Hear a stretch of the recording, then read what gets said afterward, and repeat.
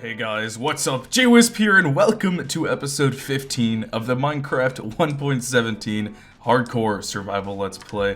Here we are back to the world. We're really starting to get some nice things developed here. So over here we have our little farming region, and over here we have our little area where we're gonna have a lot of our farms. It's definitely not done. It doesn't look that great because we have many more builds to do. But in the last episode I showed you guys pretty much the easiest method to defeat a wither, and we also got ourselves our first beacon, as you can see right over here.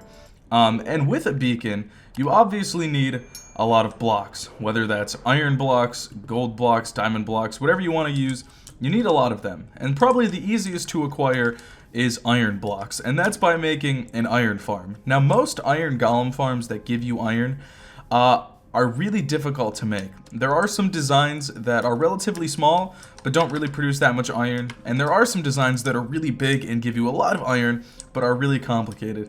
However, today I'm going to show you guys a pretty easy one to make. It's pretty small, it's pretty simple. However, it still gives you guys tons of iron. It will definitely give you more than enough.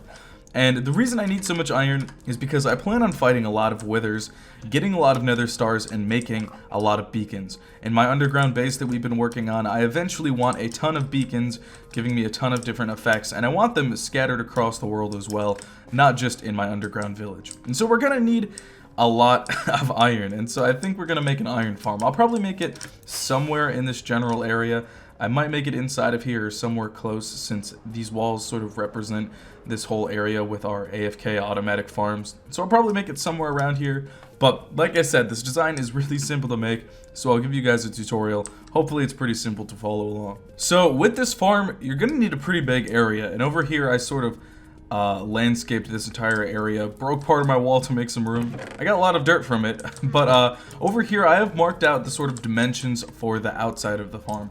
This is 19 by, well, actually 20 by 20 blocks, so the inside is a bit smaller. We'll only be using the inside of this farm, so as you can see, it's definitely not that big, and it's pretty easy to make. Let me show you guys all the materials. They're in this chest, and here is what you'll need. So you'll need a couple building blocks as well as some slabs. I just have cobbled deep slate, but it really doesn't matter what type of slabs. So some trapdoors, ladders, carpets, stuff like that. Pretty standard stuff. Beds, glass, water, lava, chests, hoppers. I have some torches just to light up some of the area. Redstone repeaters, signs, some wool, and of course a name tag with a good name.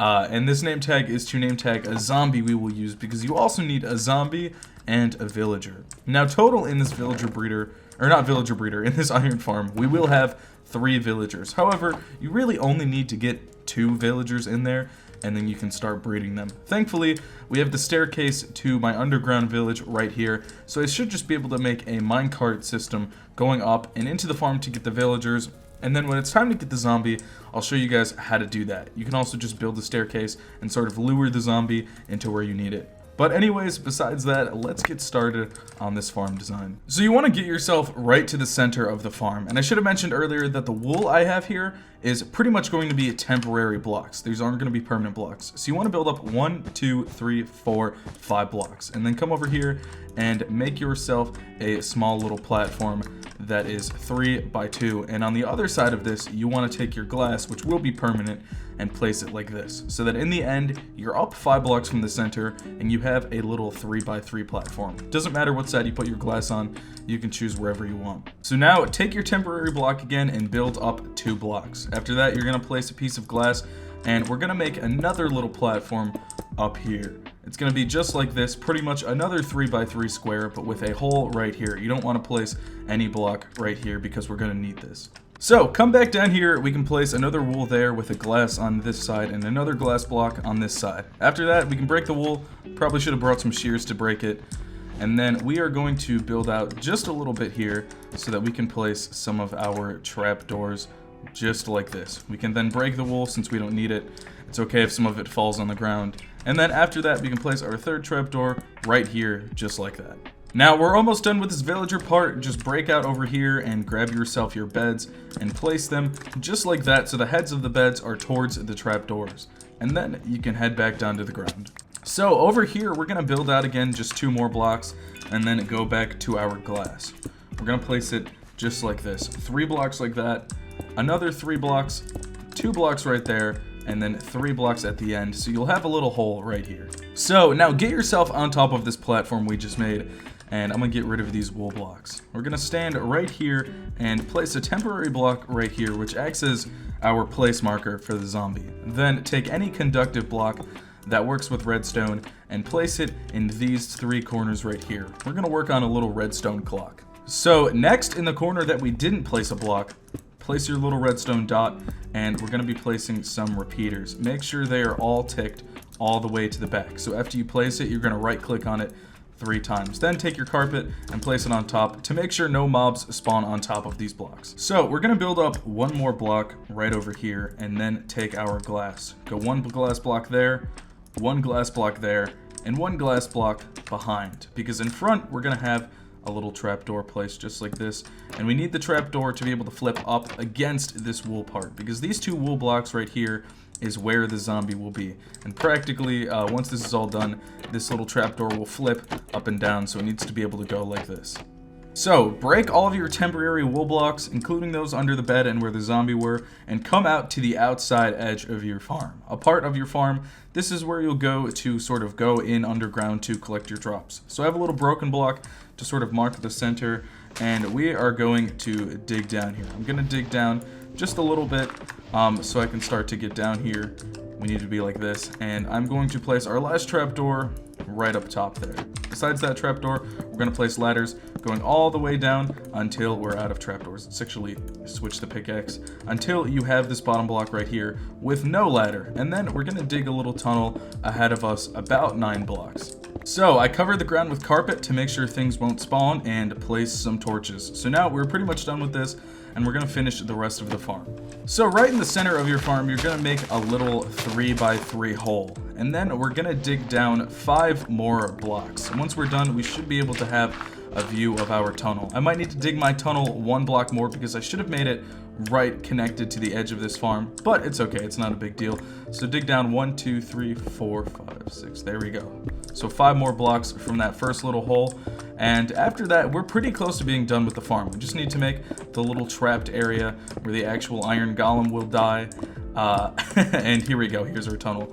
And place some water, place some lava, get our villagers, and we're almost done. So go down 1, 2, 3 blocks from the surface and place a layer of signs. These signs are going to act as support for our lava and water, just so nothing falls in. Oops, I didn't mean to place that last sign. I have 1 extra sign because I brought 10, but I want this sign to sort of name the iron golem farm. But there we go, place the signs just like that. I also dug out a small little area right here because now we're going to be working on the chests and the hoppers. So we're going to take our temporary wool blocks and place 3 right there. And placing into these temporary wool blocks, place 3 of your hoppers. Make sure they're facing into this block because this will be where our chests will be eventually.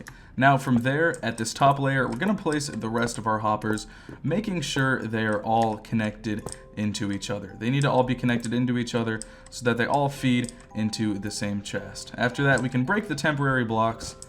And then as well as that, I'm going to grab my slabs, break these 2 blocks, oops, I didn't mean to break that one, and place some slabs right there just so we have access to open these chests once we're all done. Let's make sure all the chests are connected. I just got to get up there, and oh no, this chest is going to be hard to place. Let's try. There we go. We have all of our chests, and this will be where we collect our iron once the farm is complete. So back up on top of the farm, we can go back to the center and place our lava. We don't need that anymore. After that, I'm going to take my slabs and start building up a layer of slabs around this entire farm. You don't need to place them in the corner, you can save the slabs, and just build it up around the entire farm like this. This is because after we place these slabs, we're actually going to be placing some water. The water will obviously move the iron golems after they spawn towards the center, pushing them into the lava and ultimately killing them so we can get their drops. So we have that all done. We can take some temporary blocks and place them in the corner just like this. This will be where we place our water. We'll be placing it on this block right here. And so after you're done placing this, obviously you want to create yourself a small little infinite water source. Just because I only brought 2 buckets, you only need 2 buckets of water, but you could have brought more if you wanted to, and we can fill those all up. So just start taking your water buckets and filling this all in. I like to start with the corners, and then once we're done with the corners, we go in this little in-between section so that we have water flowing from the entire side. It's pretty easy to do, doesn't take too long, you don't need that much water. We can just go from the third block here and alternating every other block from there, just start placing water, and it'll make it so that that entire side gives us enough water to be pushed to the center. So we can keep going like this, and we should ultimately be good after just a few more buckets of water. As you can see, it comes right up to the lava, really close, but doesn't quite touch the lava. It doesn't touch the lava, and we don't want it to touch the lava, because obviously that would not be good. We don't want the water to totally destroy the lava we got. And you can just keep filling in this side until it's all filled in, and the water is just there. We're going to do this on every side, all around here. Alright, so once you're finished with the water, it should look like this. The water should go up to the edge of the lava all around this entire farm, but will not go into the lava. And this is perfect. This is exactly what we want. So when the iron golems spawn, they'll be pushed into the center and will die, and we'll be able to get all of their drops. So now we're pretty much done. All we need to do is finish the little redstone clock, get our zombie in there, and get our villagers in there. So back up here where our little zombie farm is, just place your redstone torch right there. You could have placed this earlier, however I didn't, just because the flapping noise of the trapdoor can be kind of annoying. But we're pretty much done. I'm going to place a temporary block here just for now until we get the zombie in here. Because after we get the zombie right in this block right there, we want to place a slab on top of him quickly, so that once it's daytime, he does not burn. Besides the zombie, you also want to get your villagers right here. Now this should be pretty simple. We have this opening block right here in the middle, and this little hole is where you want your villagers to fall into. And so you have a few different options here. With the zombie, the easiest option is just to build a staircase right on top of the little hole we have and trick the zombie into following you into the hole. So just like this. I can bring the zombie right here, and then I can just move to the side, probably punch him in, push him in, and the zombie will be trapped right there, and we can place a slab on top of him. Now with the villagers, it's going to be a bit more difficult. If you have access to villager spawn eggs, you can obviously use those. However, there's two more methods. If you have an above ground or pretty close village, you can use any temporary block like cobblestone and make yourself a little pathway, and you can actually place a boat on the ground. The villager will go in the boat, you can go in the boat, and you can ride the boat across the land and right into here. You can also use a minecart, which works a little easier, and what I'm unfortunately going to have to do because my village is underground and it's a pretty far distance. However, there were a lot of abandoned mine shafts, so I have a ton of mine carts and rails, which shouldn't be hard to do. I'm just going to make a simple rail system going from the bottom, I'm going to have to use a lot, all the way back up here, going into the villager breeder. This will definitely take a while, so I'll be back with you guys once I'm done. Well, it looks like my plan worked perfectly. I tried to space this out so that the villager would land right on top. Thankfully he did. I also got my zombie in there, and I forgot to mention that once you get your zombie in there, put the name tag on it so that the zombie does not despawn. Oh no! No!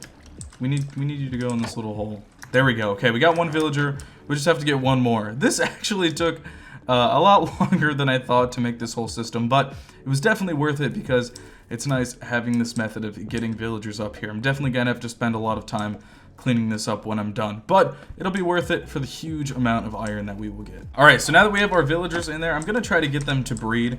If it takes them a while, not a big deal. I can just, bring another villager in here. But after we have all 3 villagers here, we are pretty much set, and the farm should start working. So basically, this zombie will scare the villagers, triggering them to start to spawn iron golems. The iron golems will spawn in this general area, and after that, the iron golems will be pushed right into the middle, where they will meet their doom and die. So I'm going to wait a bit. I'm going to take some time to destroy all these rails and whatnot, and if there's still, well, actually maybe I should. I'll just AFK for a bit. If there's still not a villager, I'll just swarm another one in here with the rail system. So after that, you are completely done with the farm. After not long, iron golems will start to spawn and you will get their drops. I recommend just AFKing, down where the chests are. That's a good area. Might be safe for me to start AFKing there now with all the zombies coming. So I might just stay under here, wait for some iron golems for a while, and see what we get. But anyways, guys, that's all for this video. I really hope you did find this useful. I made this farm before in other worlds before, and I will also make sure to link the original design down below so you guys can check it out and give credit to him. But yeah, this is a really fun farm. I've used it before. I know it works well. I've gotten tons of drops from it before, and it is definitely overpowered. By the next few episodes, we should have more than enough iron. We know what to do with. But if you found this tutorial helpful, useful, and this farm works good for you, let me know down in the comments below. Oh, looks like we have some rotten flesh from the zombies. Yeah, and if you guys have any problems, also let me know, and I can try to help you out in the comments. But anyways, this is JWhisp, and I will see you guys all in the next episode.